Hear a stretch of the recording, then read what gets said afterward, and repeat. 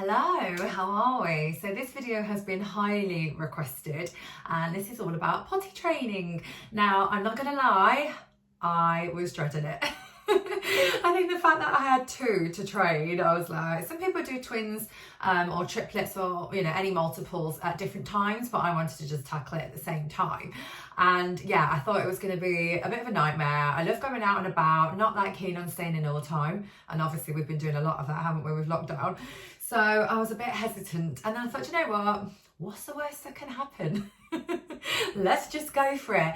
And I promise you, it's not as bad as you think. It really isn't. I wish now I could go back and like tell myself not to worry about it because it was fine.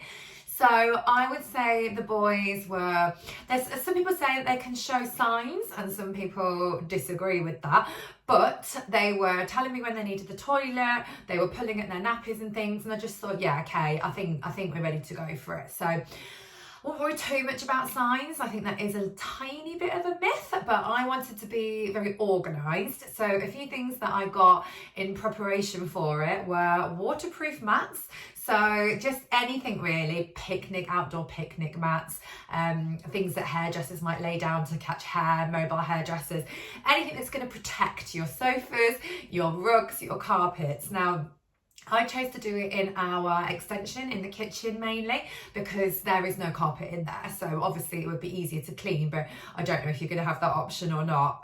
But we've got a couple of potties. IKEA potties are great, really cheap, really easy to clean, very easy to empty, so definitely recommend the IKEA ones.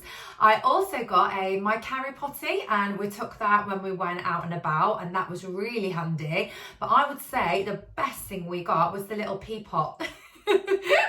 So rather than show you these things, because it isn't really going to be that hygienic even though I've cleaned them, I would prefer just to show you an image of what they look like. So the pea pot and all the other things I will link down below, and I will just put images up.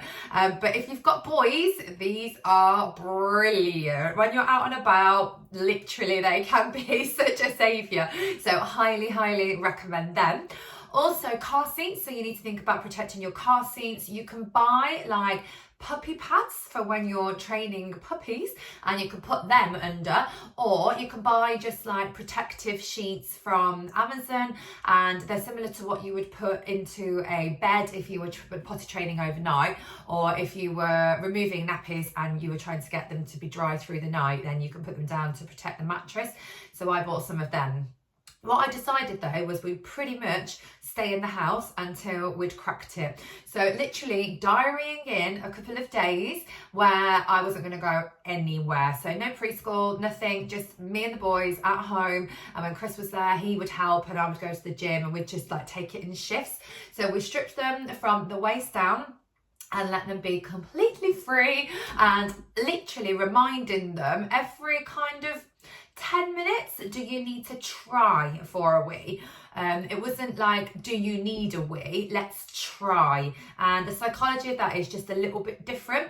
So that was how we chose to do it. And then they were telling me anyway when they needed a poo. But if not, I'd be reminding them, you know, every hour or whatever, do you need to try for a poo? Such a lovely thing to talk about, isn't it? Never thought I'd be talking about this on my YouTube channel. Oh, it's funny. Then giving them quite a lot of fluid over those few days. So obviously you want them to get used to the sensation of needing a wee, being able to hold it, either going in the potty or going straight to the toilet. It's entirely up to you. We did get the little steps from IKEA as well, and the toilet seat kind of like extensions or whatever you call them, toilet seats for toddlers to just pop into the toilet, which means they're able to sit on the toilet as well without falling down the toilet.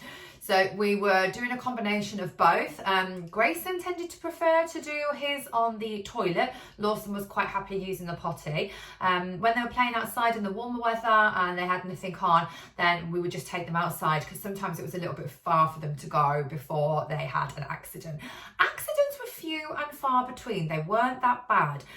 Once we felt that we cracked it at home, we did commando, so we didn't put any pants on them for the first couple of days, and this was just for ease of access really. And then I thought, actually, let's try them with their pants on. Now initially I think Lawson then got a bit confused and was like, oh, this feels like a nappy, and he did have an accident in his pants.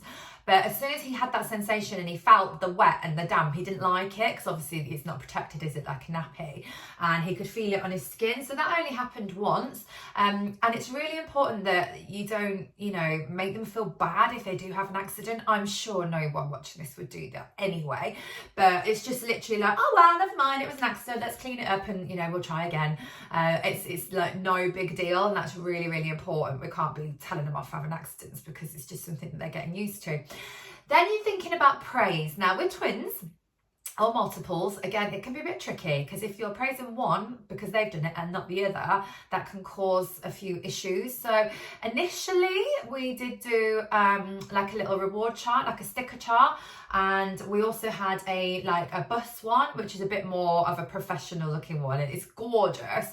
But we found the rewards were just a little bit tricky with having two. So for example, if we use, like, I don't know, chocolate buttons, and some people use food as reward, which again can potentially have issues later. But if you were to do that, then if I was to give Grayson a sweet, then obviously Lawson would want a sweet as well. So it was a bit tricky.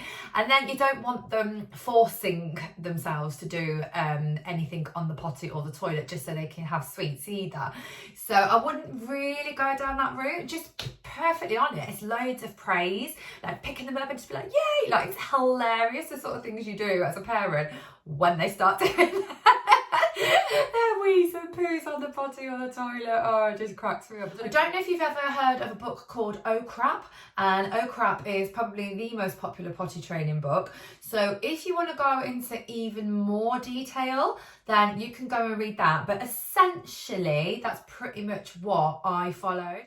I also just wanted to tell you about this app called Pooland, and it's basically about this poo that wants to go home to Pooland, and it's for children that might be slightly concerned about doing poos on the potty or on the toilet.